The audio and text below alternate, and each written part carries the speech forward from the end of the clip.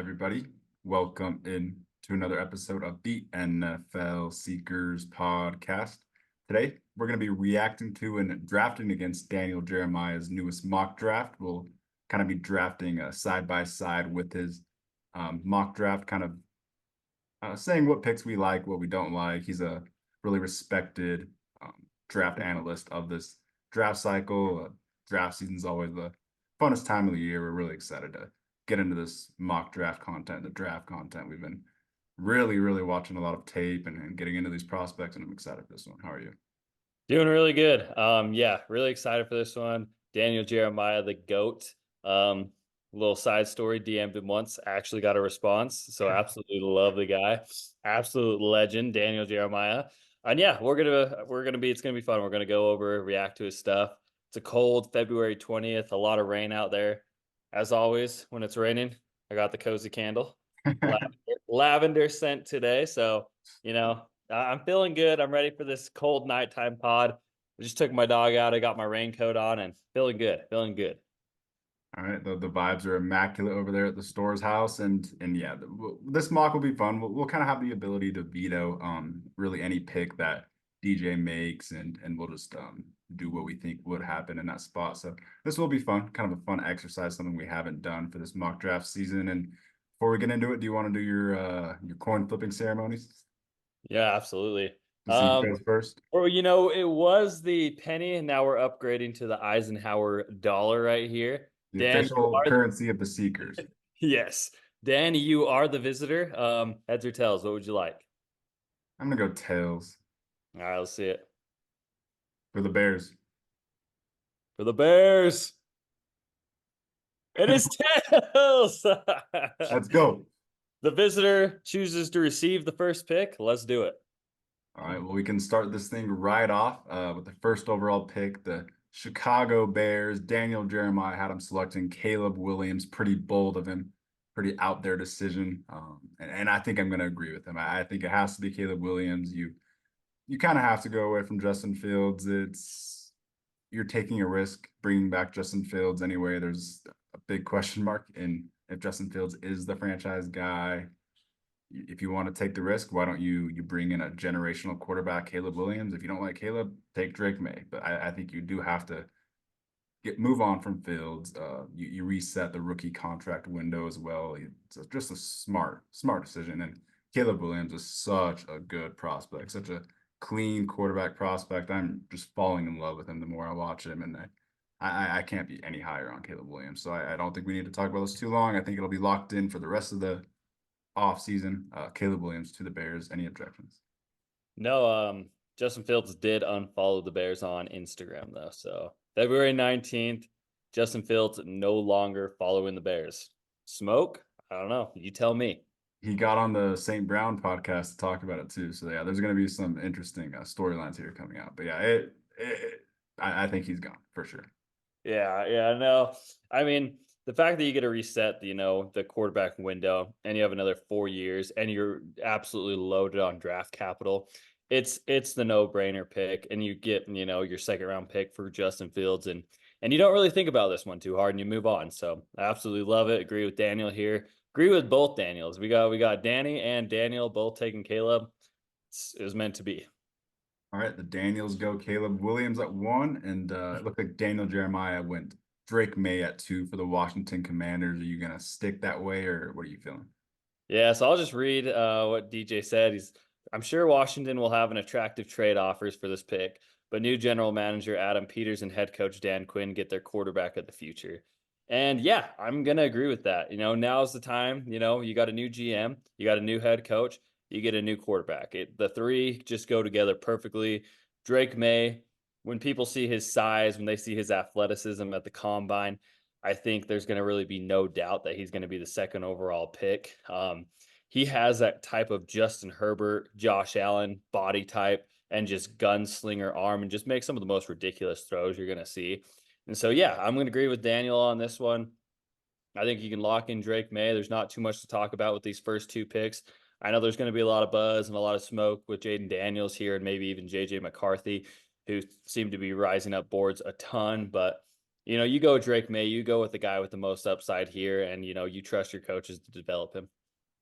I mean, you're in this bad of a spot. You're having this high of a pick because of how bad your North Carolina quarterback in Sam Howell played. So you're just gonna move right on from that one to the next successor in North Carolina, and that is Drake May. And it's a great pick. He's such a good quarterback prospect as well. Reminds me of Justin Herbert, Jordan Love. He's so clean. He's athletic as hell too. He is a little bit crazy. He's got a gene in him where he likes to run around and make some Josh Allen type of plays. But I mean, so does Caleb Williams. That's what these top quarterbacks do. They're confident in their abilities, and he's so fun. I think the Commanders do need to take a quarterback here, and I think there is a question as to if it's going to be him or Jaden Daniels, just because Cliff Kingsbury, he played with Kyler Murray, and I think Jaden Daniels' comp will end up being Kyler Murray. They're pretty similar, but at the end of the day, I just think Drake May is really a few tiers higher than Jaden Daniels in as a quarterback. The more I've watched Jaden Daniels, so I think this is a great pick for the Commanders. Yeah, it's not too much to think about here. I think 1 and 2 is really just they're the no brainer picks, and right here at 3, Dan, this is where the draft is all going to start for you here, buddy. This is where the draft starts, and it looks like Daniel Jeremiah has the Patriots taking Marvin Harrison Jr. at 3. He says, in this scenario, the Patriots go the veteran route to fill the need at quarterback, which frees them up to trade the number 3 pick or take the uber talented Harrison. And I mean, the Patriots have the worst roster in the league. I don't really think it's close. I can't think of anyone that rivals them. They do have the worst roster in the league. So if you're taking a quarterback at 3, I think you're literally just setting him up for failure, putting him in the worst situation possible. So I think I'm just going to agree with Daniel on this one, and I will take Marvin Harrison. I entertained Jaden Daniels our last mock, or just quarterback in general. I do think it's a possibility still. You never know. They could fill up a lot of those holes in free agency. They have a lot of cap space, but it seems like just getting those pieces in place before getting a quarterback is the smartest option. So I will agree with Daniel on this, and I'm going to go Marvin. Yeah, I'll be honest. I really like you just take the best player in this draft, in my opinion. I think he's the safest. I think he's the best player. And as a new, head coach, this is just a no-brainer pick. You're gonna get love for it. And I honestly like thinking, in my personal opinion, I like the Patriots almost going like the veteran quarterback route. In my opinion, if they're able to get a Russell Wilson or they're able to trade for a Justin Fields, I feel like I like that scenario more. A guy that's kind of got his head on his shoulders, who's been around, who knows how to pick up protections. And because I mean, this Patriots team is going to have a lot of turnover and a lot of young guys. So, you know, you go get a veteran quarterback, and then you trade down, you collect a ton of draft capital, which I like that he says. So it puts you in a good spot if you want to, one of the top teams wants to come up and get a quarterback. I love that. Or you just take the best player in this draft. And yeah, so far we agree. Let me ask you this. What would you rather have as the Patriots? Would you rather have Justin Fields and Marvin Harrison Jr., or would you rather have Jaden Daniels? I don't know how high you are in Daniels, but what's more exciting to you? Marvin Harrison Jr. and Justin Fields all day long. That's a no-brainer. That's a no-brainer. That'd be nice. I haven't even thought about Fields to the Patriots, but if they could shore up the offensive line a little bit and then get Marvin, that could be a pretty good situation for him. I would like that. Absolutely. I mean, you got another high pick. You can surround another offensive weapon, at the beginning of the second round. Say you were to get a Fields. And then, you do have quite a bit of you have quite a bit of cap space, as the Patriots do. So they can shore up that line. They can re-sign some guys. And yeah, I mean, you can make a dent in free agency too, and you can go out and you have the money to get that type of Fields guy. All right, let's go on to the fourth overall pick for the Cardinals. DJ has the Cardinals taking Malik Neighbors. It seems like a really popular pick that's going on a lot of mock drafts right now. Are you going to stick with DJ on this one? I don't know. Yeah, I don't know. I'm just gonna read it out loud, and we're gonna discuss this one. So Arizona needs to get more dynamic in the passing game. A healthy Kyler Murray paired with Neighbors would be fun to watch. I agree. I don't know though. This one's tough for me because I think I might go a different route. I honestly think I might. Um, You know that I'm not like the highest on Neighbors, but I could see this happening. Like if we're just doing what we think could happen, I really could just totally see this happening. It kind of I'm getting those vibes, but what are you thinking happens? so I'm gonna be honest with you. If I'm the Cardinals and Marvin Harrison Jr. is gone at 3, I'm devastated. I might be taking phone calls at that point. Obviously, we're not going to be doing trades in this, but I'd probably be fielding phone calls and I'd probably look to get out of this pick and to collect more draft capital and move down. But if I'm going to stick and pick here, I think I'm going to disagree with the Malik Neighbors. And I think I'm going to go Rome Odunze. I think, Malik Neighbors' skill set has been very similar to that of Hollywood Brown, who knows that they'll resign, they'll probably let him walk. But Romo Dunze just seems like a player that they haven't had in a while. I know they got Michael Wilson, but Romo Dunze is a true X, true wide receiver, true big body, and he's going to run faster than what people think.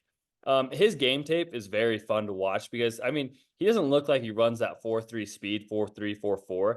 He runs at a tempo, though. He has very good tempo with his routes, and he knows how to get open, and he knows how fast to run. And I think he's going to run faster than what people think. And I think he's honestly, the more I've started to watch a lot more tape, and I'm going to agree with you on this one because I know you've been higher on Rome than Malik Neighbors. I'm going to say Rome is my second wide receiver, and I feel like he fits what the Cardinals need more. So I think I'm going to go that route. Yeah, I like it. You pointed out his straight line speed, especially, is definitely being slept on. He is a quick guy. He can burst, and you did compare him to Larry Fitzgerald in our last mock, so I'm sure that kind of contributes to you taking him for the Cardinals. And if I'm being honest, I would have been fine sticking with Neighbors just because I haven't really done it and just to see what happens. But I haven't really done this either, and I do have Rome just a little bit higher than Malik. They're both insane prospects, could easily be wide receiver one in most draft classes, each of them. So this is just a crazy receiver class. I'm not gonna talk bad on either of them, and I love Rome so much. I couldn't really be higher on Rome. He's just such a beast on the outside. Kyler, like back shoulder fades. They have such a good connection, like a Penix ×2 connection. So that really excites me, honestly. Yeah, and I'm surprised honestly that DJ went away. Because I mean, DJ was one of the guys who compared him to a Larry Fitzgerald, and DJ said it's his favorite. I quote Daniel Jeremiah, "This is his favorite player in the NFL draft." Yeah. So I'm very confused why he actually switched it up and went Malik Neighbors. Um, his last mock, he obviously had Jaden Daniels going to the Patriots and then Marvin Harrison, but I'm really confused when he called Rome a Larry Fitzgerald type, which I see. I mean, Rome is smooth and his straight line speed is very slept on, and he's just his tempo and his routes is just incredible. And so, yeah, I'm surprised he kind of switched that up. But yeah, I'm going to disagree with him there, and I think Rome will be the second wide receiver taken off the board. That is a good point. Usually kind of sticks with those decisions. Usually doesn't back off from them that fast. So that is interesting. Maybe he's hearing something from the league that maybe Neighbors will just go high. But let's move on to the Chargers pick here at 5. DJ actually has them taking Joe Alt at 5. And I want to read off the kind of the excerpt that he has because it's just a perfect summary of the situation for the Chargers. He said, "This feels like a statement pick, seeing how it'll be Jim Harbaugh's first selection since becoming the Chargers head coach. Alt would take over at right tackle in short order. Keep in mind the new GM, Joe Horitz, came from Baltimore, where eventual Hall of Famer Jonathan Ogden started at guard his rookie year before taking over at tackle. So, I mean, this is just perfect. He couldn't have said that. I couldn't have said that any better. The Chargers are going to take Joe Alt or Brock Bowers. They're not going to take Malik Neighbors or Odunze like a lot of the fans want them to take. I'm almost positive if they stick, it's going to be Alt or Bowers, and that's where the conversation is. Trading down would be really smart as well for the Chargers. There's no trades in this mock, but trading down for an Arnold or I think that's if you're a Charger, if you're Joe Ortiz, Jim Harbaugh, I think you look for a trade down. You see what compensation you can get first and foremost. But obviously, this is an exercise. We're not trading down, but I think the best case scenario, which you obviously pointed out, would be a trade down. And speaking of Daniel Jeremiah, someone asked him the other day, a Chargers fan asked him on Twitter what he thinks they do at 5, and he just posted a GIF saying for sale. So it does seem like the NFL is hearing that they want to trade down. So trading down for a starting right tackle or Arnold, Corner. #1 corner would be beautiful. It's a big need. But am I gonna stick? Am I gonna stick with DJ again here? I feel like I need to switch it up, and I am gonna go Bowers. I think Bowers to the Chargers is a kind of lethal thing, and this is interesting because DJ has Bowers falling all the way to 18 to the Bengals in his mock, which is, I mean, I think he just did that because he likes the Bengals fit and he wanted it to happen. I can't see it happening. I know there's positional value or whatever, but he doesn't even play like a tight end. He could be a wide receiver one type of impact. So I really just don't get positional value argument with him. Like maybe some tight ends, I guess, but just not him. He can really elevate your run game. His excerpt said, you want to have a Harbaugh pick and a Greg Roman pick, and Bowers can honestly really help the run game. He can help. He's a very willing blocker. He's going to help. Just the zone runs, and I want to go Bowers. I think it's just a great pick for them, and I think it's very well in the realm of possibility between him and all.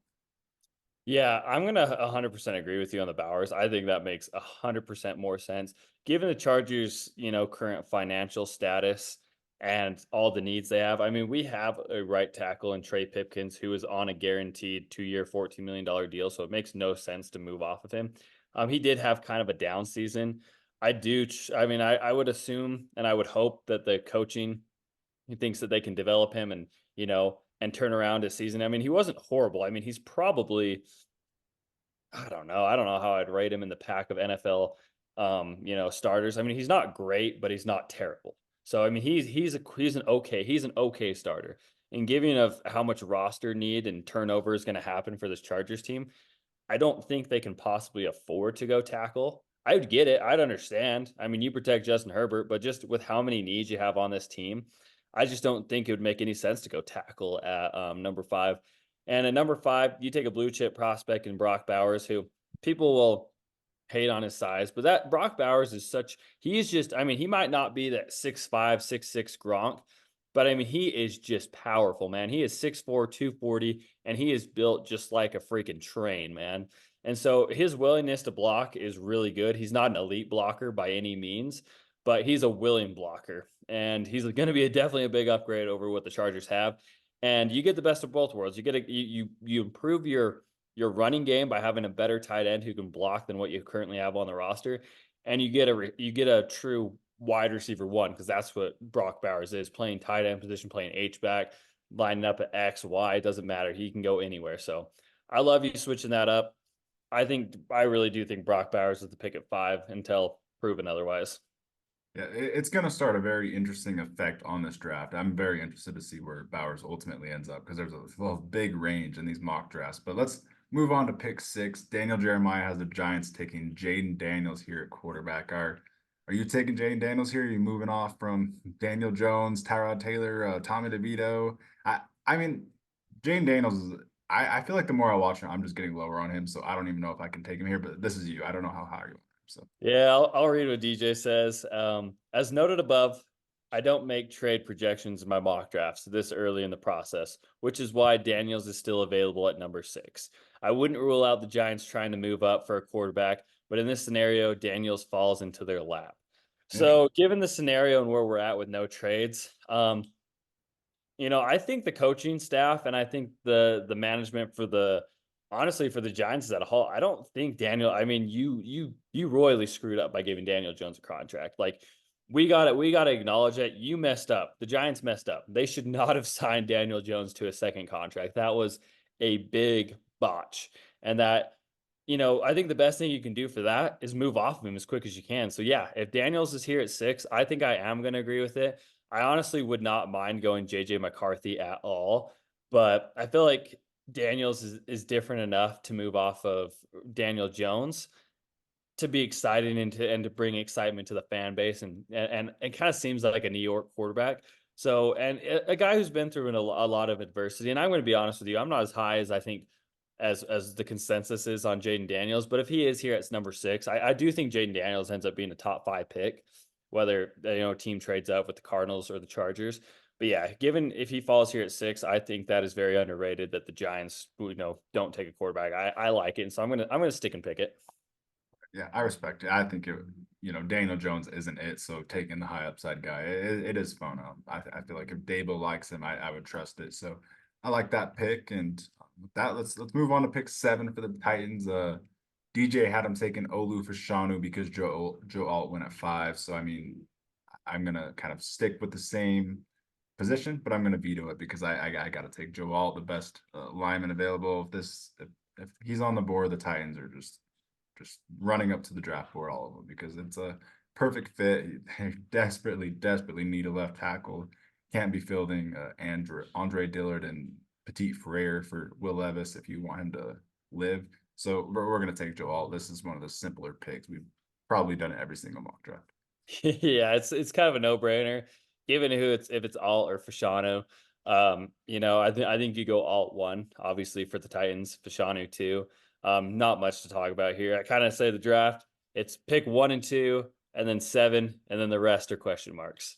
So, obviously you got Brian Callahan coming in, who obviously was with the Bengals when they took Jamar Chase over Penny Sewell. But we got Bill and Brian Callahan right here. His dad's gonna be. Come on, man. We gotta protect our quarterback. That's first and foremost. He's not gonna be able to throw the ball if he doesn't have any time to throw the ball. And you get Joe Alt. This guy's like gonna be like an all-decade starter at left tackle. He's one of the cleanest prospects I've scouted, and I absolutely love him, man. The footwork, the size, you know. I think he can improve in his run blocking. His pass blocking is damn near flawless, and he's an athletic guy too. I mean, he actually came into college as a tight end, transitioned out to left tackle, been a starter ever since, and yeah, I mean one of the safer, better picks in this draft. I love it. Yeah, the dad gets the final say here. And with that, let's move on to pick 8 for the Falcons. Interestingly enough, DJ hasn't taken JJ McCarthy. He says a lot of people around the NFL expect the Falcons to be aggressive when it comes to finding a quarterback in the draft. They could go up and trade, as in this case they stay at 8 and bet on McCarthy's trade, which is interesting. I have not seen McCarthy going at 8 if it's not a trade up. So are you going to stick with this, or what are you thinking about this? I'm gonna be honest with you. I love it. I think JJ McCarthy is gonna be a top 10 pick. Teams are gonna fall. I mean, there's not much tape on JJ McCarthy. He was not asked to do a lot at Michigan. I mean, they were a run first team, but I mean, as of right now, and how this mock has gone for us, the Falcons don't have a quarterback, and we were kind of saying Justin Fields in this hypothetical scenario goes to the Patriots, and so. I mean, the Falcons at 8, you don't have a quarterback. You're not running it back with Desmond Ritter at quarterback. You're not, or Taylor Heineke. That's not an option. So whether it be Russell Wilson, I'd be okay with that and to go a different scenario. But I actually really like this. I think Zach Robinson, former PFF guy, analytical thinking guy, is really going to dig deep into JJ McCarthy, and I think they might fall in love with him. I wouldn't be surprised, if we were doing a trade scenario where Denver, Oakland, or Minnesota ultimately try and jump up ahead of Atlanta or even New York to pick their quarterback. But yeah, I actually really like this, and I've not thought about it too much. And I'm definitely gonna stick and pick JJ McCarthy here at 8. I actually love it. Yeah, it's interesting, but I really do like it as well. Zach Robinson's kind of a brilliant guy. He's a genius offensive mind, and I'm really excited to see him get to work. And if you get a molding ball of clay like JJ McCarthy, who has really he has a crazy tool belt to me at least. When I watch him, I just see that he can easily possess really everything you need to be a successful quarterback in this league, especially in that McVay Shanahan offense. It kind of is perfect if they don't get Kirk.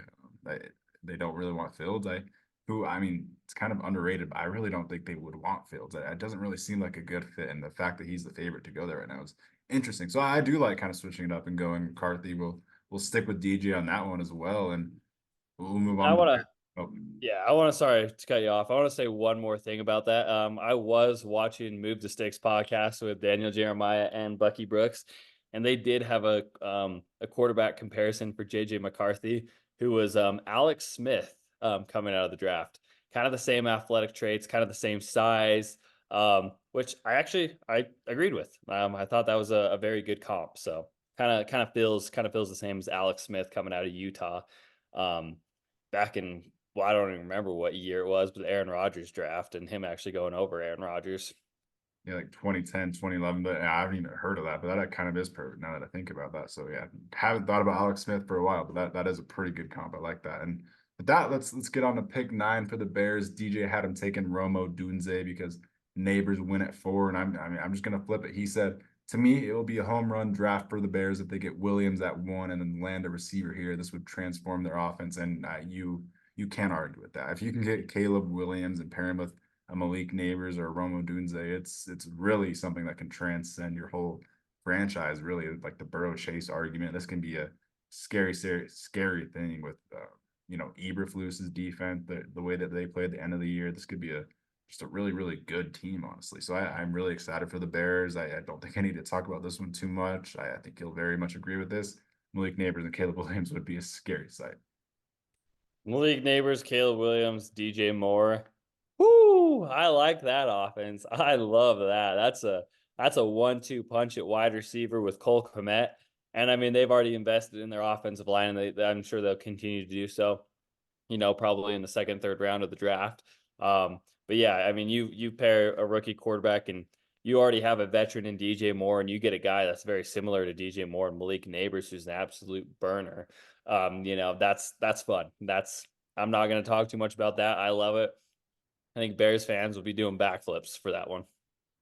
Neighbors just an absolute freak after the catch. Him and DJ Moore, kind of similar types of players. It would be that offense would be scary for real. So really exciting. Let's move on to the Jets pick at 10. DJ kind of does what everyone else does. He locks in Talisi Fuaga to the Jets. Are you going to lock that one in, Oregon State tackle, or go a different direction? Yeah, it's a no-brainer, and I'll read what he had to say. I tried to connect the different players to the Jets, but I keep coming back to the same one. Fuaga is a plug-and-play right tackle. That's enough said. And he's an absolute, Fuaga's got, he's got absolutely insane movement skills. He is probably the best. Him or JC Latham, probably the best run blockers in this draft. Kind of flip a coin with those two. And yeah, Talisa Fuaga, he had an absolute pancake on, I forget at the Senior Bowl. Yeah, Latu. Leatu Latu is probably the most clean pass rushing prospect in my opinion with his pass rushing moves. But yeah, Talisa Fuaga, just a dominant guy. I mean, a 90.9 run blocking grade, and he's actually really clean in pass protection. He didn't give up a sack in all 3 years as a starter at right tackle. So you plug and play this guy. You protect Aaron Rodgers. Aaron Rodgers, he's making this pick, and he likes this pick. I'll tell you that. Yeah, you can't argue it. We've been kind of hearing like legit rumors that they've almost zeroed in on Fuaga, and I will say GM Aaron Rodgers, if Bowers is on the board, I think he might be a little bit too greedy, and I think he would pull the trigger. I really genuinely do think Bowers could go here. So if he was on the board, I like that. But yeah, I think you can't really say too much about just completely plugging in Fuaga. Would you consider Olu though on the left or no? I totally would. However, I think I think people kind of take for granted switching from left to right tackle as if it's just like easy. Your body movement is actually quite different for, moving side to side. And if you saw what happened to Tristan Wirfs this year, arguably not arguably, he did have his worst season this year, switching from right to left tackle. And he ended up Tristan Wirfs previously the season before only gave up 9 pressures and no sacks, and then he ended up giving up 4 sacks this year playing on the left side. So it is a little bit of it's an adjustment period, and if I am the Jets at this point, I really do love Olu, but Well, Mekhi Becton's a free agent, so you'd be drafting him to start at left tackle. What would you prefer, I guess? gosh, what's their plan right now? Are they kicking Elijah Vera Tucker out? I'm guessing to one of the tackle spots. I don't think he could play left tackle. I think he would only play right tackle. So you could move him to right and then take Olu at left, but I don't think he would play left. They don't have a plan at left right now. Gosh, okay, so maybe I'm actually going to change that. I kind of, I'll be honest, I kind of did forget that Olu was on the board here. Me too. When drafting Fuaga. Yeah, Olu definitely has the better. Olu's going to be the higher upside guy. He is the plug and play left tackle. He is a lot cleaner in pass protection.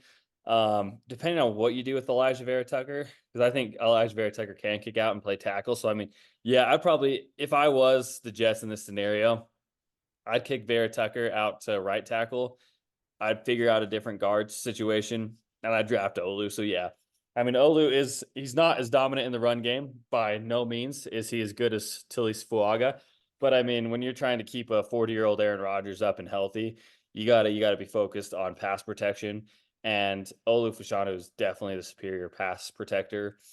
He had one rough game against Ohio State. It didn't really panic me that much. I watched the tape. And yeah, he is. I mean, he's just an insanely good prospect, and realistically, he shouldn't fall out of the top 10. He should be the second guy off the board. So yeah, we'll switch that up. My bad. I did not see Olu on the board. No, I like that. It kind of threw us off because DJ took Olu at 7 in his mock, and our alignment kind of got pushed back in ours. But yeah, I totally agree with that. I think I have him a little bit higher than Fuaga on my board. It's really close. I guess I value the left a little bit more.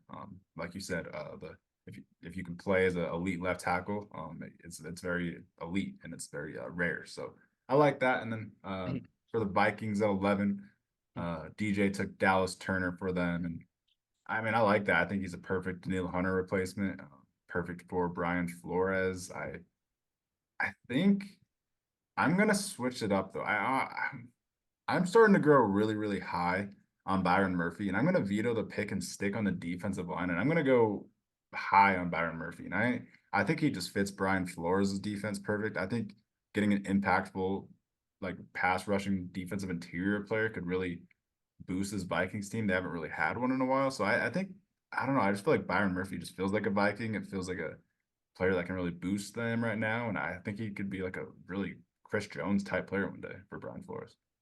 Yeah, no, I like it. The interior defensive rushers, true pass rushers, they're becoming just as valuable. Honestly, your Aaron Donalds, your Chris Joneses, your Justin Matabuikes. I mean, those guys are becoming, $20+ million guys that you pay the bag to. They're coming just as valuable. So, you value Byron Murphy the second over the top edge rusher. I have no problem with that. The dude is an absolute beast. If I'm not mistaken, I think he made Bruce Feltman's freak list, and I think he's going to test like an absolute maniac at the combine. And yeah, when you have an 80 run defensive grade and a 91.5 pass rushing grade, that's elite athleticism. That is elite type of player. So I love it. Beautiful. And then interested to see what you do here at 12 for the Broncos because DJ had the Broncos taking Jared Verse. I haven't seen that before. So are you going to stick with Jared Verse selection or what are you going to do there? Oh, this is tough. This is really tough, honestly. I don't think I'm going to stick with Jared Verse. I'll read what he said.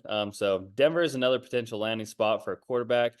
In this exercise, though, they complement some of their young talent in the secondary with a defensive maker up front.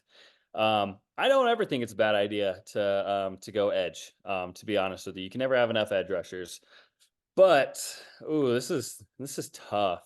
Um, gosh. I kind of want to do something a little different because, in this situation, I think we ultimately, if I'm the Broncos, I'm fielding phone calls. If I'm not able to get my JJ McCarthy, Jaden Daniels, I don't think they'll have a shot at the top two. But if I'm not able to get a McCarthy or a Daniels, if I don't trade up and I'm sticking and picking, this is tough. I'm just gonna throw out a name that I just thought sounded fun. I don't know if that's who I want to go, but I want to get your opinion because I was kind of thinking about this. But Brian Thomas Jr. I mean, I love it. Like someone was asking me if we should trade the 12th overall pick for Brandon Ayuk, and I said, hell no, because Brian Thomas would be there, and we could just take Brian Thomas, who's low-key got more potential than Brandon Ayuk, and he's just a freak, and you reset the contract, you wouldn't have to pay Brandon Ayuk a bag. So I mean, I wouldn't mind it. I think Sean Payton would definitely fall in love with him. He seems like the type of player that Sean Payton would fall in love with. I'm sure that he would zero in on Brock Bowers, and he went at 5, he'd be a little butthurt about that. So I could see. I wouldn't say it's like outside of the realm of possibilities. They could trade down and do it, but I could see it honestly.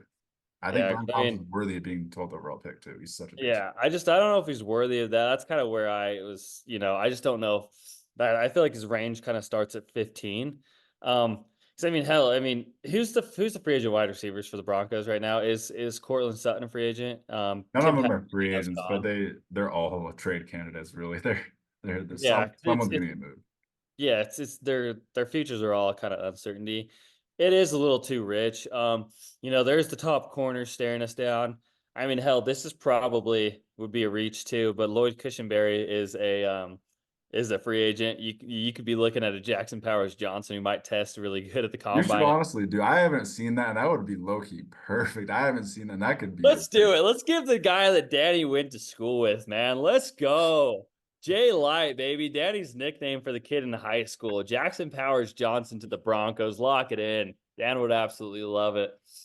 Oh, I mean, I haven't even thought about this. Hasn't crossed my mind. No one's ever done it. I can proudly say that you were the first person to ever do this, and I think it's perfect. I think it's something that Sean Payton could do just out of nowhere. He likes to do things out of left field. I could totally see this. I think it's kind of likely that they don't bring back Cushionberry because they don't have money really, and he had a really good season, so he's going to be priced out of there. And I think this is a perfect fit for the Sean Payton offense. I mean, the former wrestling background, like you said, I went to high school with him, so I mean, I can say he wrestled in high school. He was our best player in offense and defense, defensive lineman, offensive lineman. He's just a monster, a freak athlete. I think he's better than Creed Humphrey as a prospect. I think he's slightly better than Tyler Linderbaum as a prospect. I really think he's that type of center. So I don't think you taking him at 12 is crazy. I think he's going to blow up the combine, and he's just a fun highlight reel of a center. So I honestly love this. It makes me happy. Yeah, and the whole positional value of center, what a good center could do to your offensive line. I mean, the offensive line runs through the center. They're calling out protections. I mean, they're pass blockers or run blockers. I mean, an elite center can improve your offensive line tenfold. I mean, what Corey Linsley, and I saw it firsthand. I mean, when Corey Linsley went out for the Chargers, that offensive line was drastically different. I mean, it was more of a difference when Corey Linsley went out than Rashawn Slater, who's our all-pro left tackle. When Rashawn Slater went out, it was almost like they didn't miss a beat with Jamari Sawyer. I mean, obviously it did drop off a little bit, but when Corey Linsley went out, I mean, the whole protection scheme and everything runs through Corey Linsley and an elite center. So, I mean, you get a Jackson Powers Johnson here, man. He's one of the best center prospects we've scouted in a long time. You went to, I mean, I went to school with him. You were on the football team with him. He weighed in at 335 pounds. He was pancaking dudes at the Senior Bowl. I think he's going to test a lot better than what people expect. And yeah, I think he's worthy of a top 12 pick. So, we'll be the first. We'll be the highest on Jackson Powers Johnson, man. Let's go. Number 12 to the Broncos.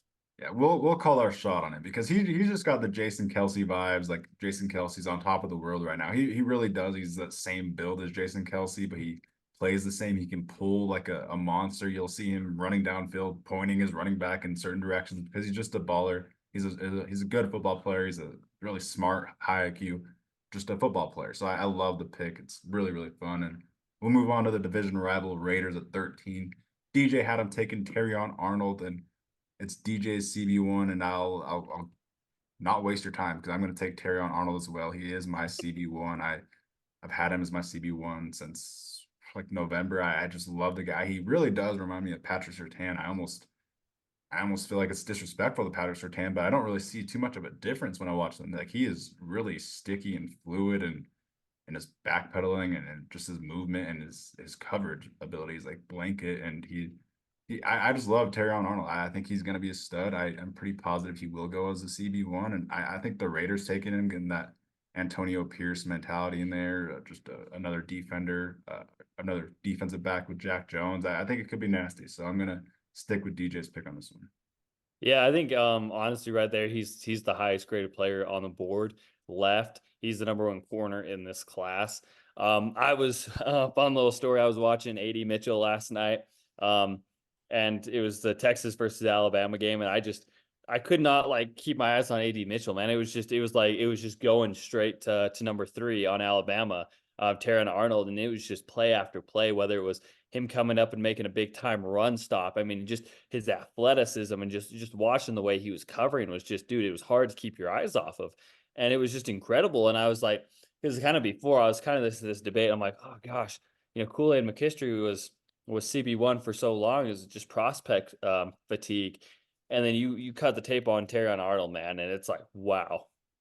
This guy's athleticism, his traits, his instincts, his willingness to come up and make a tackle. I mean, he has a 90.5 run defensive grade, which is incredible. And I noticed that against, some of those Texas running backs, which are studs. And he came up and he laid the boom on him. And yeah, I mean, this guy's awesome. And, going back to DJ's, one of his previous mock drafts, he said Terrion Arnold, you can see him going as high as number 5. So at 13 here, we're not gonna argue it. We're gonna lock it in and forget about it. Yeah, I think it's a perfect fit in Vegas with Antonio Pierce and Patrick Graham's defense. And with that, let's move on to the 14th overall pick for the New Orleans Saints. DJ had him taking J.C. Latham. Talisi Fuaga's still here though, so I mean, if you wanted to go that route, you could just upgrade it with Fuaga. But what are you thinking? Yeah, I'll read what he said. Unfortunately, it hasn't worked out for the Saints with 2022 first round pick Trevor Penning. I mean, Understatement. I didn't see that one coming at all. New Orleans needs the readiness, the tackle for the tackle position. The run on Alabama players continues. JC Latham, dude, is just first and foremost is a big man. He is a big man, and I mean, he's pretty close with at least Fuaga for the best run blocker. I mean, they're true right tackles. They're plug and play right tackles. Both of them are absolute freaks. But, we still have our top, edges on the board here in this scenario. And I'm kind of staring at Dallas Turner right here. And, you did go Brian Brsee last year, but, oh, gosh. This is a very, very deep tackle class, in my opinion. I think you can honestly find a starter in the second round. And so I'm gonna go Dallas Turner here, man. I think the drop off at edge is gonna be substantial compared to tackle. And yeah, I'm gonna go Dallas Turner. He's my number one edge on the board. This guy, his bend, his athleticism, you know, he's an absolute freak. And again, I think, from what I've been hearing is he's going to test off the charts at the combine. He's going to run incredibly fast. I mean, he's athletic. He's just got that twitchiness and that bend that you really love to see from an edge rusher.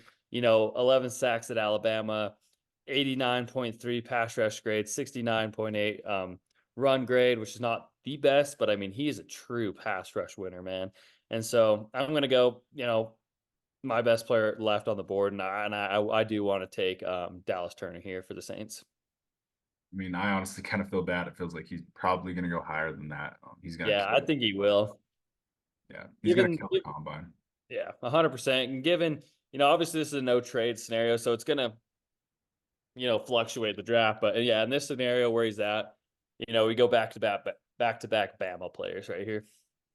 Cameron Jordan getting really up there in age. I can't even think of another edge rusher on that team because Isaiah Foskey was such a bad pick last year. I'm just not even going to say his name. And yeah, just take Dallas Turner. You got Reese in the inside. It's kind of perfect. I actually really like them taking edge. You have to move off Cam Jordan. You're like $80 million, over the cap. You can't continue this trend. And I think Cam Jordan's probably like a $30 million cap hit. So whatever monies you can move off the book from him, you got to bite the bullet on that one. 100%. With that, we'll go on to pick 15. DJ had the Colts taking Nate Wiggins, and I'm gonna stay with the corner, but I'm gonna veto that pick again. I'm gonna go with my CB2, Quinyon Mitchell. You had him to the Colts in your last mock, and I mean it's just a perfect fit. I can't unsee it. I think Quinyon is just a shutdown corner. He proved it in the Senior Bowl, really shutting down anyone that was on the opposite side of him. So I just think that he could really fit their zone defense. The Colts need another corner, opposite of Juju Brents. They really do need help. This might be their biggest need. So I'm gonna switch the pick of Nate Wiggins. I'm gonna go Quinyon Mitchell really high on him. I think this is around where he goes to. Yeah, I love it. If you watch our last mock draft, you'll hear me go on a tangent about Quinyon Mitchell. Absolutely love him. Definitely seems like a Chris Ballard type of pick to me. You know, the best off ball corner in this entire draft. His only concerns were press man coverage. He did it at the corner, or he did it at the Senior Bowl. He did it at elite level. He kind of, any questions you had about Quinyon Mitchell, you can kind of just throw him in the trash because there is no questions about Quinyon Mitchell. He showed up. He played at an elite level at the Senior Bowl. He looked like the best player on the field, and yeah, he's definitely worthy of a top 15 pick. He had the most pass defenses in all of college football over the last 2 seasons. This dude is just an absolute freak. So I love it.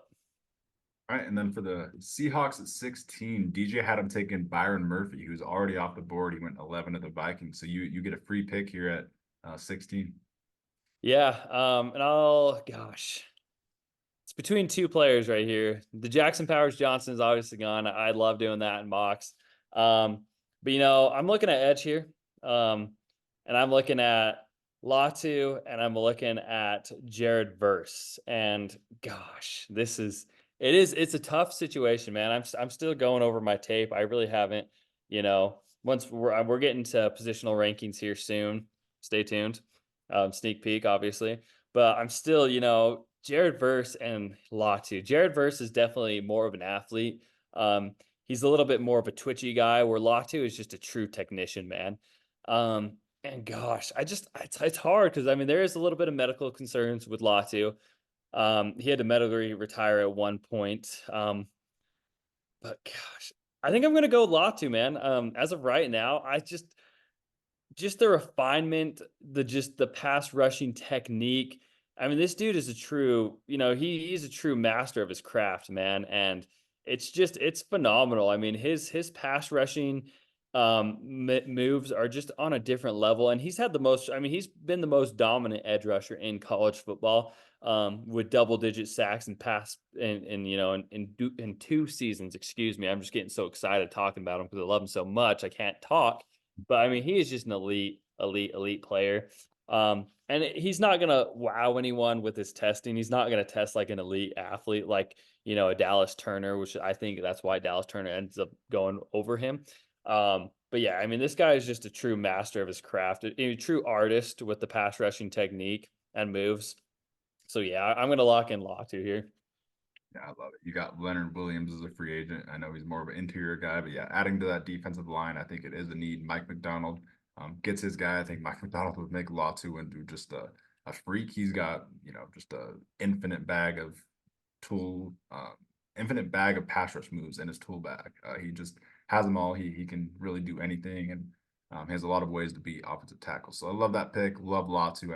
I can see him going higher. I don't know. Actually, this is probably where he will go. This is a good sweet spot because of the medical red flags or whatever. But I think he's just being a little bit slept on. And with that, we'll go to pick 17 for the Jaguars. DJ had him taking Quinyon Mitchell, who is already off the board on this one as well. He went 15 to the Colts, so I get a free pick here. And I'm just going to do my favorite thing to do for the Jaguars. I love Brian Thomas so much. You teased. Hey, before you go, there is still 2 elite offensive tackles on the board. Just throwing that out there. That might not change your opinion at all, but you still have a Fuaga, you still have a Latham. Even though Are you letting Fuaga fall to the Bengals? that's disgusting. That's insane. It could happen though.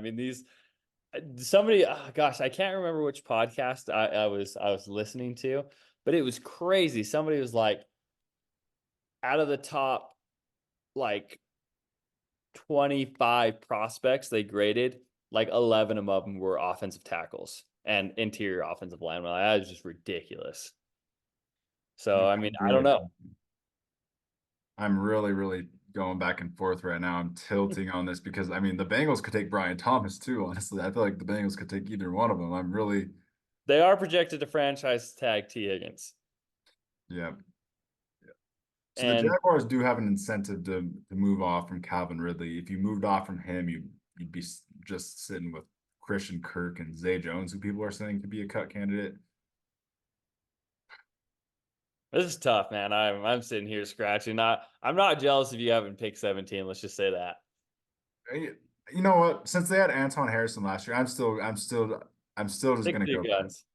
I'm still just gonna go Brian Thomas. I think he could go higher than this. I'm really high on him as just a receiver. I think he's like a Mike Evans, a healthy Christian Watson type of player, and I think him and Trevor could just be a perfect fit. Yeah, I love it. And yet, you're gonna need play. They have to. There's just I don't know if they can justify keeping Calvin Ridley, especially when they have the option to not give up a second round pick, and not spend money on Calvin Ridley. So that almost seems too tempting, honestly. So I like it. I do think it's the right decision. I guess I'll move on to the Bengals with this one, and Obviously, DJ had Cincinnati Bengals taking Brock Bowers. Says file this under fits that I selfishly want to see happen. It's highly unlikely Bowers falls this far in round one. I don't think he falls out of the top 10, if I'm being completely honest. But let's just pause and dream for a moment about seeing him joining forces with Joe Burrow and Jamar Chase. I If don't they want traded to. up, that would be crazy. I don't want to think about that. That's disgusting. That's lethal. I do not want to think about that. But the Bengals at 18 are hitting a home run and they're getting Talisi Fuaga right here. And Joe Mixon and Joe Burrow are high-fiving each other, you know. And this is a pick for the offense right here. This is a pick for the quarterback. This is a pick for the running back. This is a pick for the wide receivers. You get an absolute dominant right, the best right tackle in this draft.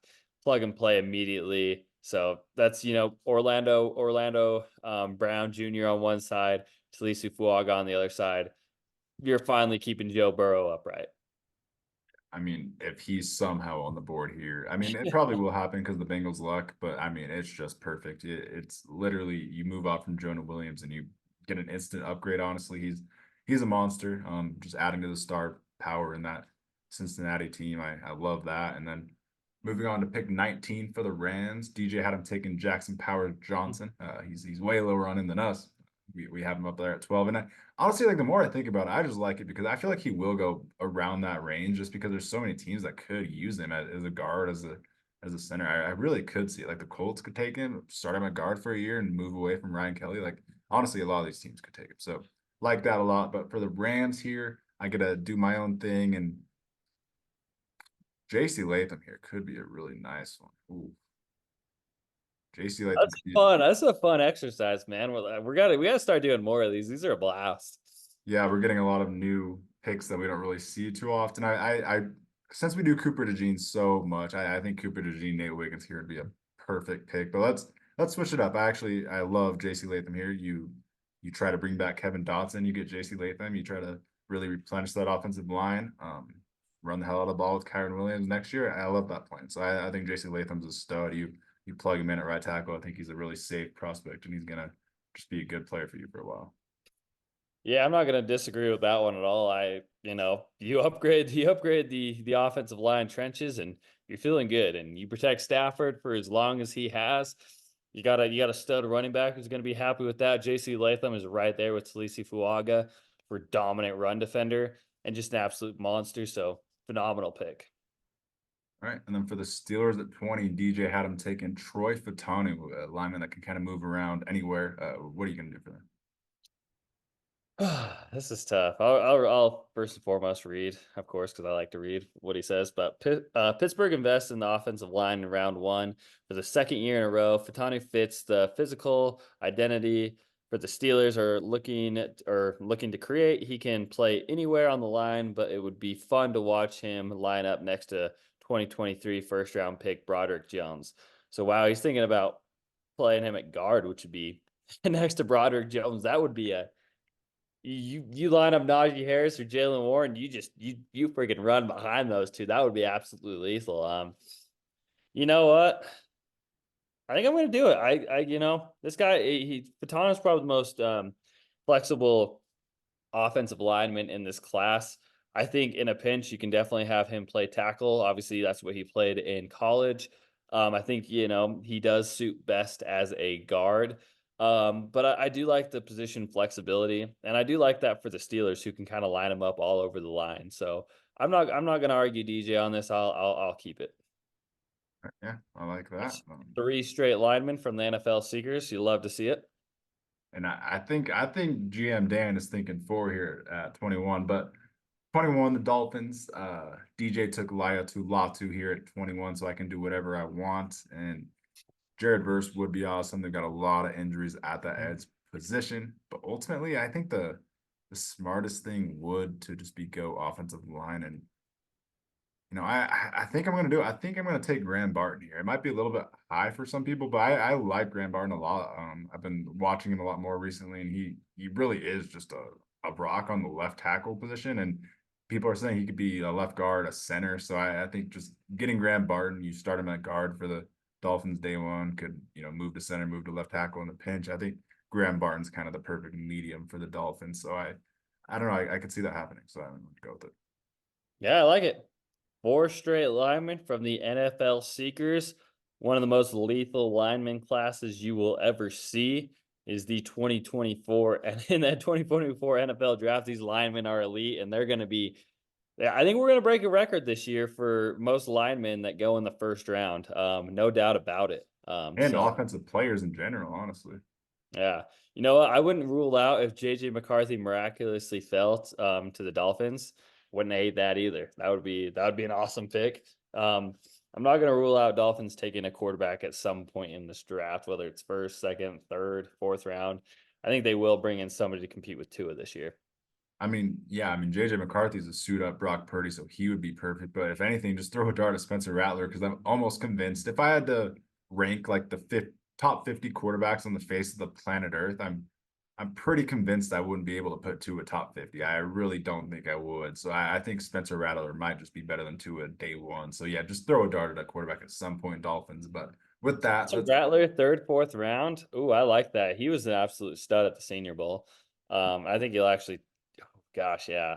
I don't know. Spencer Rattler, I have a changed person since his was it the QB1 show, or what was that called? Where yeah. people really learned to hate him, which I was one of those people because he was a total tool bag in high school. But seems like he's grown up, matured a little bit, and absolutely balled out at the Senior Bowl. So you'd love to see it. Yeah, people are saying his character's changed and matured, so that is good. Worth the dart throw for sure. And then for the Eagles at 22, DJ had him taking Ennis Rakestraw Jr., which is a little bit interesting. I don't know if I can personally see him going this high, just because he doesn't really have the tools to really, warrant the most upside player. I think there's some corners available that have a lot more upside, but you do you. Yeah, so the Eagles have to address the pass defense this offseason. Yes, they do. They have no corners. Their corners are terrible. Their entire secondary is terrible. It might be the grossest thing I've ever seen this year. But Rankstraw brings playmaking ability and toughness. Yeah, I got some corners that I have graded a lot higher than Rakestraw Jr. And I'll go my number one guy on the board, and I think this guy can play all over. So I'm going to go Cooper DeJean here, and I'm not going to think twice about it. Cooper DeJean, an absolute stud. He's going to bring position flexibility. He can play outside corner. He can play slot corner. He can play safety. This is an ultimate chess piece for your secondary. And I mean, he's an elite run defender. He's an elite coverer. He's an elite special teamer. So you go out here, you get Cooper DeJean. He's just an absolute stud. I think he's going to run. Well, actually, he's not healthy enough to test at the combine. He broke his foot or something, right? He actually. Oh, you're on mute. He broke his foot. He got cleared. People are saying he's probably not going to participate in the combine. It's probably going to be more of a pro day thing, but he will probably have a pro day at least, so that's good. I think he'll ball out his pro day. Nonetheless, as of right now, it may change. He is my corner two. Did have him at one. Sorry, Arnold is just that dude. But yeah, Cooper DeJean. And I saw DJ in one of his things say Cooper DeJean kind of reminded him of a bigger Eric Weddle. And if you're just getting if that's I think his ceiling's a lot higher than Eric Weddle, but if you're getting a bigger Eric Weddle, who's an all pro free safety, I'm not gonna be mad about that. I'm actually gonna be very happy if he plays like Eric Weddle. But I think he's got, he's more positional, he's more versatile than Eric Weddle. He can actually play corner at an elite level. And I mean, if you line him up in the slot too, I mean, he's an elite run defender. So it's sorry to keep blabbering, but it's Cooper DeJean, no question about it. Yeah, no, Cooper Jean's an absolute stud, just a crazy athlete, crazy kick return highlights. You can't argue with that. I feel like he could easily go higher than that, and the Eagles need a corner more than anything than this entire world. So that we'll go to pick 23. DJ had the Texans taking Brian Thomas here. We had Brian Thomas going 17 to the Jaguars, so I can kind of do my own thing here. I'm kind of deciding between Jared Verse, Johnny Newton, and someone at the top of the board that I'm really, really intrigued by, Nate Wiggins. It seems, I mean, the Texans have Steven Nelson and obviously Derek Stingley. He's awesome. But if you compare Derek, Steven Nelson is a free agent. yes, well, my decision's made then. If you could just pair Derek Stingley with Nate Wiggins, I just think this is perfect. I feel like Nate Wiggins feels like a Texan, feels like D'Amico Ryan's guy. He's kind of a dog. He has a really good track record playing against some really good receivers in the ACC. I've really loved watching his tape. A lot of the tape I've watched of Nate Wiggins is just watching other receivers, and he really stands out. He's kind of like Arnold in that way. He's a absolute stud. He's kind of got that dog in him. He plays with that mentality. So I think Nate Wiggins is kind of a pick that you don't really see. I don't think I've ever seen corner to the Texans, but now that I think about it, it's a really good pick, honestly. Positional value, you get your 1-2 punch with Derek Stingley. Yeah, that's kind of a sexy pick that I have not seen before, but I really like it. So the NFL seeker is cooking something here. So I'm liking it. Where this is gonna be a new trend. Obviously, we're a day late, but it's gonna be mock draft Mondays until the draft. So if you're still watching this video this deep into it, get ready because it's gonna be a lot of mock drafts coming up, and we're diving all in. Yeah, leave some comments for the algorithm. Stay tuned for this draft season. It's going to be really fun. We'll go all in for it. And let's go to the Cowboys pick at 24. DJ had him taking Tyler Guyton, offensive tackle out of Oklahoma. You going to stick that way? There's Amarius Mims still on the board. Who are you going to go? You know, I'm not gonna argue DJ on this. Tyler Guyton feels like a Dallas Cowboy. Kind of reminds me of the Tyler Smith pick a couple years back. And with Tyron Smith headed for free agency, the Cowboys can have a 2022 first rounder, Tyler Smith, man one tackle spot while Guyton takes the other. So he got Tyler Smith and Tyler Guyton both tackle spots. I'm not going to argue with DJ on this. I absolutely love the fit. He goes to a nitty gritty team like the Cowboys, who are just incredible at developing offensive line talent. And yeah, if the Cowboys get Tyler Guyton, I have no question that he'll be an All Pro in a couple of years. Yeah, I mean, the guy just has absurd tools and upside. And if the Cowboys get their hands on him and, he replaces Terrence Steele on that right side, I think it honestly is perfect. So I love that. You can't really argue with DJ on that specific pick. And then we'll move on to the Packers at 25. DJ had them taking Cooper DeJean, who is off the board. He went 22 for the Eagles. And I mean, I would like to go Jared Verse. He's falling so far in this mock, but they just took Lucas Van Ness. So I mean, I feel like I can't even do it with Rashawn Gary there too. Johnny Newton would be fun. I feel like the pick that we do every single time is Kool-Aid, and I don't know if I can be talked out of it. I really don't. It's kind of hard to go any other route. Kool-Aid is just, he feels like a Packer. Let me call my shot.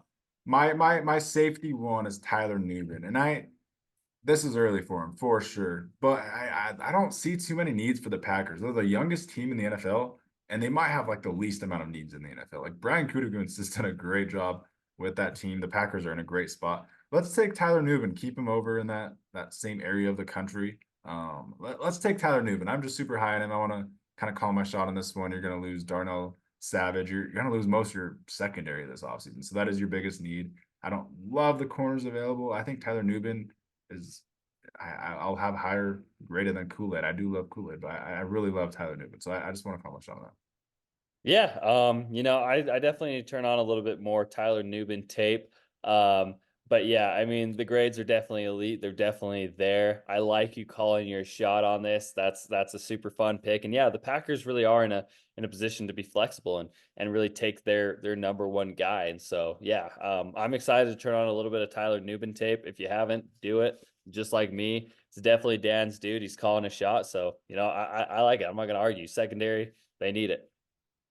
100%. And then let's go on to the Buccaneers at 26. DJ has them taken 80 Mitchell. Super interesting. I guess he thinks that Mike Evans is gone. What do you think? Yeah, that's kind of crazy. I'll just go over the thing. I'm kind of torn on this one, but the Bucks go with a powerful forward like receiver to potentially replace Mike Evans, who is ticketed for free agency. If you want to see what Mitchell is capable of, turn on the tape of the college football playoff final against Washington. So I mean, I actually have been pretty high on AD Mitchell all year long. I was kind of been consistently mocking him in the first round, and I haven't seen too many other people doing that. So I do really like what DJ. I get it. I understand why he is taking AD Mitchell here.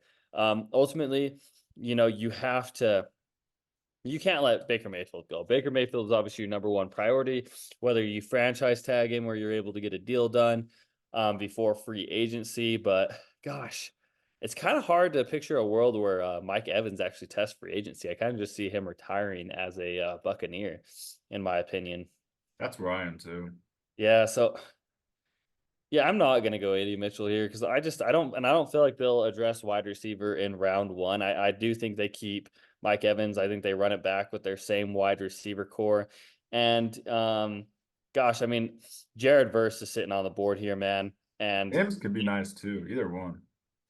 yeah, I mean they could go a couple different. I mean, we got Jared Verse.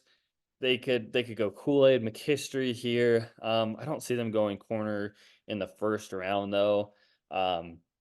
With the two corners that they already have.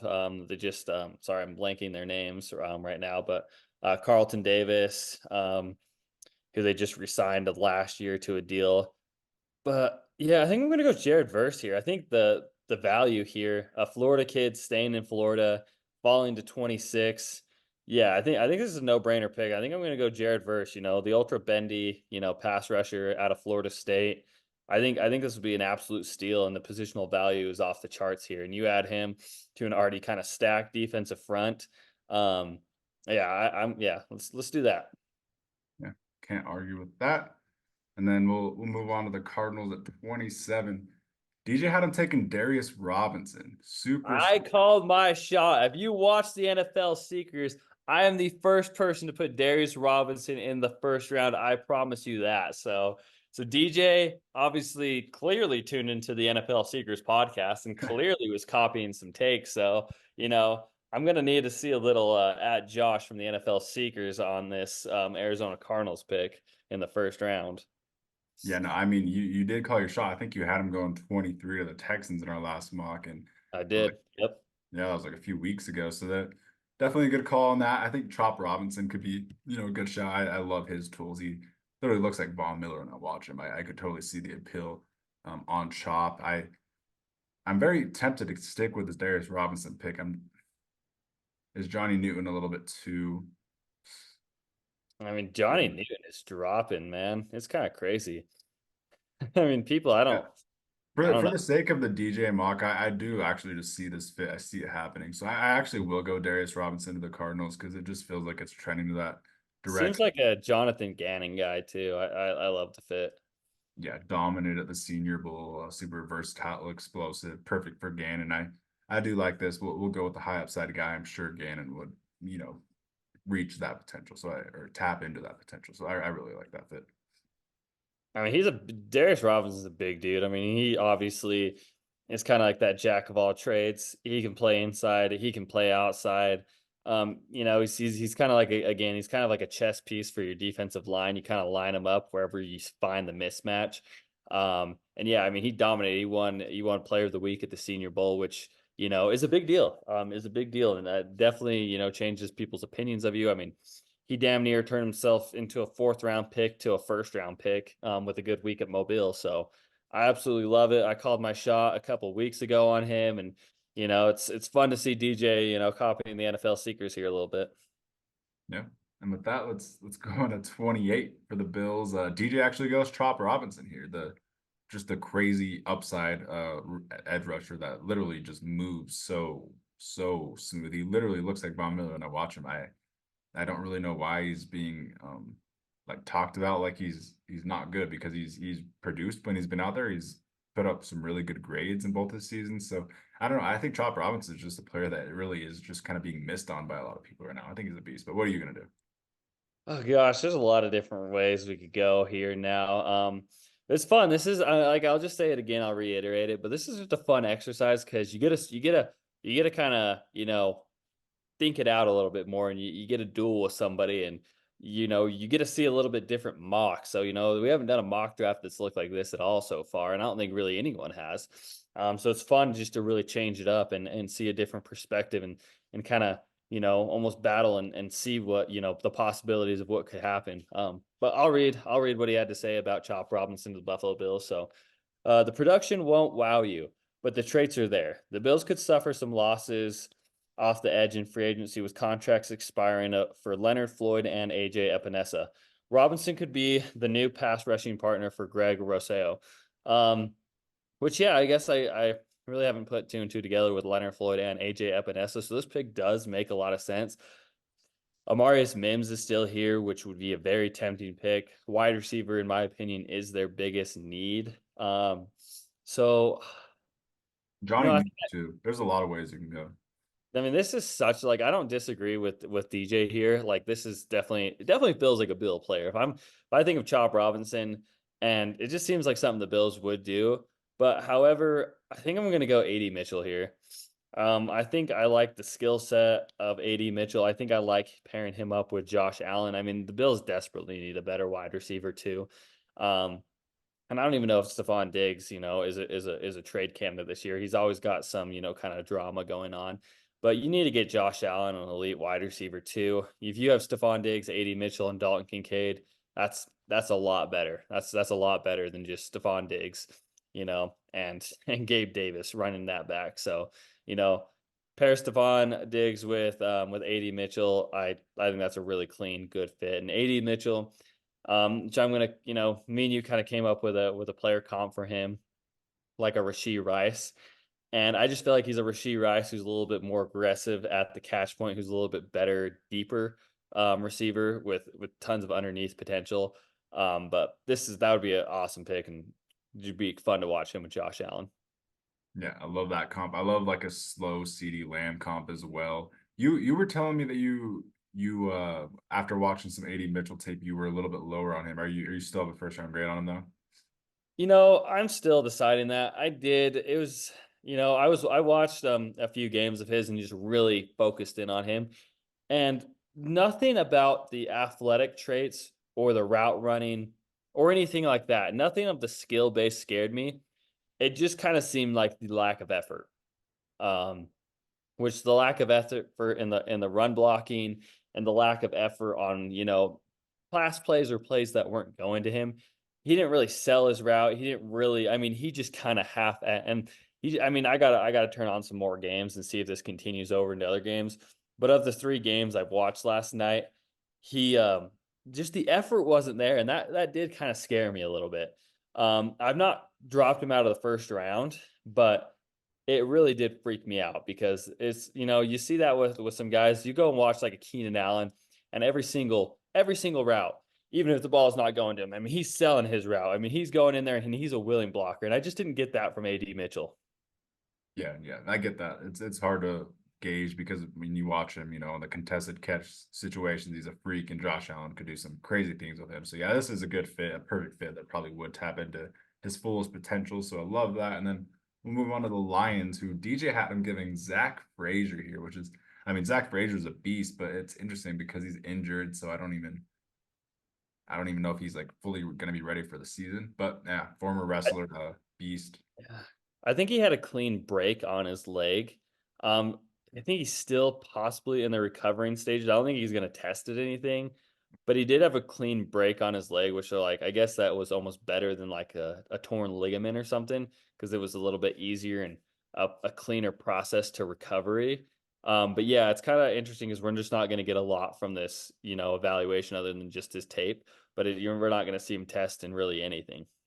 Okay, yeah, makes sense. I'm sure he'll be ready for the season then. But I am still going to veto the pick. It's just a little bit rich for me. And I mean, they got Ragnow. They do need a guard, but I feel like you could get one in the second round or third. And with that, I'm going to take Kool-Aid McKinstry. I think it's pretty evident that watching this team, their biggest need is just secondary in general. And I think their best corner is Cameron Sutton. I would say he's their only good corner thinking about it. And they have a good safety, Chauncey Gardner-Johnson, who, I mean, was disappointing as hell this year, but they're both, I mean, he's a free agent. People are saying that Cam Sutton's a cut candidate. So, I mean, if you could have both of them gone next year and the rest of your secondary was a struggle, you have to add to it. And I'll go best secondary player available, and that's Kool-Aid McKinstry. He's fallen a little bit here. This is honestly where I see him going. I see him going back to this first round, but I think he's definitely warranted to be a first round pick. He has a lot of production in the SEC, a lot of good tape against some really good receivers. So I'll go Kool-Aid for Aaron Glenn's Lions. Yeah, I like that a lot more than the Zach Frazier pick. I don't really see why Zach Frazier would make sense there. He's projecting Zach Frazier, who is a center, and projecting him to go be a guard immediately. I think I would like to just keep Zach Frazier at center, and I really do think he's a top of the second round type of guy. And yeah, I mean, I think no brainer pick. It's secondary for the Lions. That's obviously what was their biggest downfall in the playoffs. And, you attack your weakness, and, corner was your weakness. Um, and yeah, Kool-Aid McKinstry here would be a brilliant fit for Dan Campbell. All right, and let's go to the Ravens at 30. DJ has him taking Amarius Mims, who's still surprisingly available in our mock as well. And Ronnie Stanley had a pretty bad season last year. You've got Morgan Moses up there, really up there in age. You going to stick with that one or what? Yeah, I mean, and I think DJ put this perfectly. The Ravens have grown accustomed to seeing really talented players fall into their lap. Snagging Mims at number 30 would qualify as another example of this, and you hit the nail on the head with that one. There's no doubt that is what the Ravens do. Good players fall into their laps, and Amarius Mims, you pair him up, at that Baltimore offensive line, and just the history and the culture of just developing good offensive linemen. I mean, that's the perfect fit for Amarius Mims, and that is something that will happen to the Ravens because somebody will fall in their lap, and that's brilliant. And I mean, I wouldn't hate going Jerzon Newton because I do believe Justin Madubuike is going to be gone, but Amarius Mims here, that's a no brainer pick. Yeah, this is crazy because it feels like Johnny Newton's really falling. But yeah, I mean, that just has to be a no-brainer. Feels like Mims is falling a little bit too far in this scenario. So yeah, absolutely love that. And then the next pick will go to the 49ers, who DJ had him taking Graham Barton. Unfortunately, he went 21 to the Dolphins, so we're a lot higher on Graham than DJ is. But for 49ers, you have to go offensive line, so I'll still stick with the offensive line. And I'm between actually Jordan Morgan and Zach Frazier. I actually could see Zach Frazier here for the Niners thinking about this. Do they have a center? Like who is the Niners center? Am I Um, thinking? it's the one guy that was talking a lot of trash who is a likely cut candidate. Um, Gosh, what's his name? He was the dude who's talking, who just, got called out. Well, he called out, I've completely forgot the entire 49ers. Spencer, he Oh, called, Feliciano. yeah, they called Okay. out Spencer Burford, for missing that block. Okay. And people were calling him out for things he said in games. And yeah, I think he's a likely cut candidate. And I think he's like 32 or 33 years old or something. It actually looks like he's a free agent. So let's Oh, just take Zach Frazier. That could actually be a really good pick. We'll keep DJ's first round pick, Zach Frazier, in the first round here. And I think that's just like a plug and play center for the next 10 years for you. That's nice. yeah, going to the 49ers, that's probably where he'd want to go. And that's a brilliant fit. So yeah, I like these mocks, man. It's just it makes us think a little bit differently. And so, it's fun. It's fun to be thinking a little bit more outside of the box. So absolutely love that fit. I guess we'll move on to the number 32 pick, the last pick, the Super Bowl champions, the Kansas City Chiefs at 32. DJ has them selecting Troy Franklin, wide receiver, Oregon. The Chiefs get a big time vertical compliment to 2023 rookie sensation Rashee Rice. And yeah, kind of a no brainer. Troy Franklin falls right in their hands. He's a deep threat kind of guy who's not going to drop the ball. He's a sure handed Marquez Valdez Scantling. And yeah, this would be a brilliant pick for the Chiefs. You pair him with Rashee Rice. You got two wide receivers on rookie contracts. And yeah, just brilliant stuff from the Chiefs. And if this guy falls in their lap, I'm not gonna I'm not gonna think twice that they're gonna take him.